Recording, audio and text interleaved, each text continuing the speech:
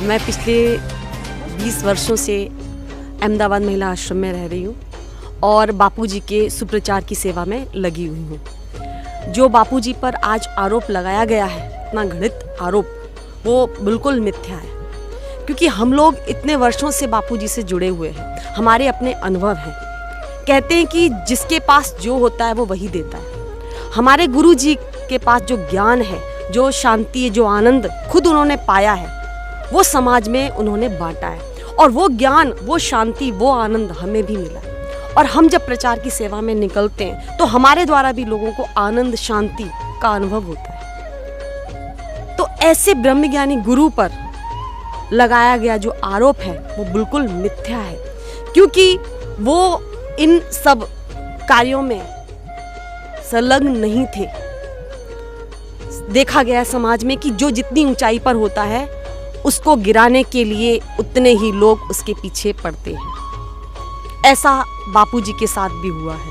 ये भारतवर्ष में जगह जगह पर जाती हैं, कथा करती हैं, समाज उत्थान के कार्यक्रम में लगी हुई हैं।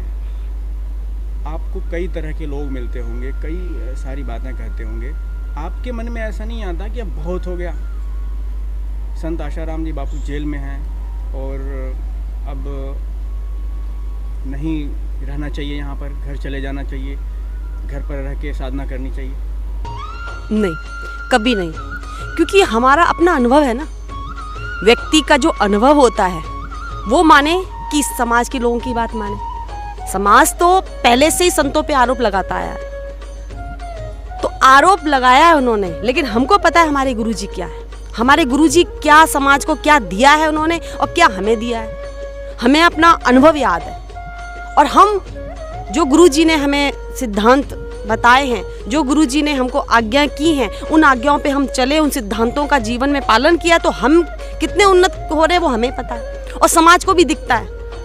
हम पहले क्या थे और अब हम क्या हैं, दिखता है समाज को। और हमें भी आनंद शांति का अनुभूति होती है और हमारे संपर्क में जो भी आते हैं सब आनंद और शांति पाते हैं। इससे बड़ा अनुभव और क्या होगा। समाज में जो भ्रम फैला दिया गया है, मीडिया वालों ने, जो भी लोगों ने फैलाया है संतों के प्रति, वास्तव में संत देते क्या हैं, संतों से हमें क्या मिला है। तो हमारे साधक वो सच्चाई सामने लाते हैं कि आप लोग जो कह रहे हैं वो सत्य नहीं है।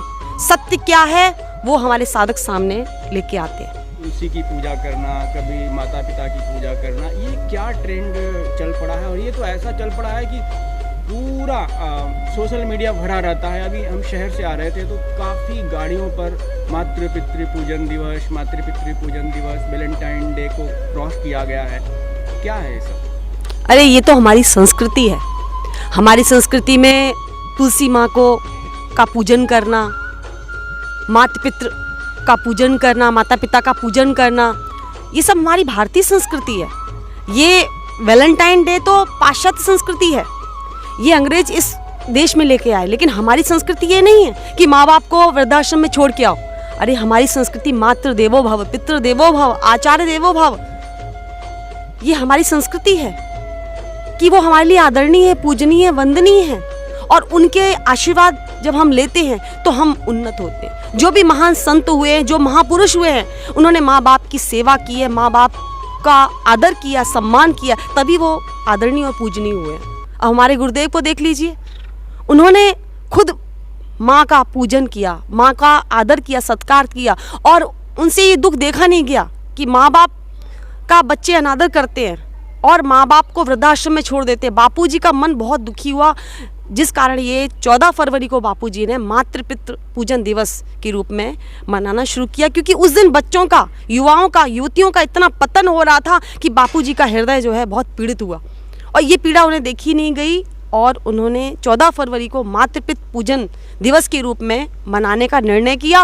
और आज भारत में ही नहीं, पूरे विश्व में ये मातृ पितृ पूजन मनाया जाता है। हमारी संस्थाएं, योग वेदांत समितियां, बाल संस्कार केंद्र, युवा सेवा संघ, महिला उत्थान मंडल, ये सभी मिलकर पूरे देश में, पूरे विश्व में ये मातृ पितृ पूजन का प्रोग्राम 14 फरवरी को तो मनाते ही हैं, उससे पहले ही 1-1.5 महीने पहले ही ये प्रोग्राम शुरू हो जाता है और जिससे समाज को बहुत बहुत फ़ायदा मिल रहा है। जो युवा वर्ग पतन के खाई में जा रहा था, अब वो उन्नत हो रहा है, क्योंकि माँ बाप का आशीर्वाद पाते हैं वो युवा, और जिससे कि वो उन्नत हो रहे हैं।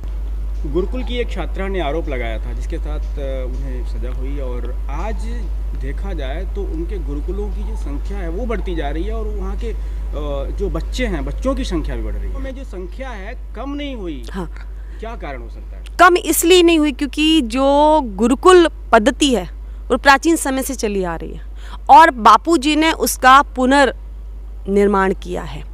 गुरुकुल पद्धति में जो संस्कार बच्चे भूल गए थे, कॉन्वेंट स्कूल हमारे भारत में काफ़ी खुल गए हैं, तो ये जो हमारे संस्कार हैं बच्चे धीरे धीरे भूलते जा रहे थे। अपने जो गुरुकुल हैं उनमें आसन, प्राणायाम, अपना लौकिक विद्या के साथ साथ आध्यात्मिक विद्या की शिक्षा दी जाती। इससे बच्चों का शारीरिक, मानसिक, बौद्धिक और चारित्रिक विकास हो रहा है।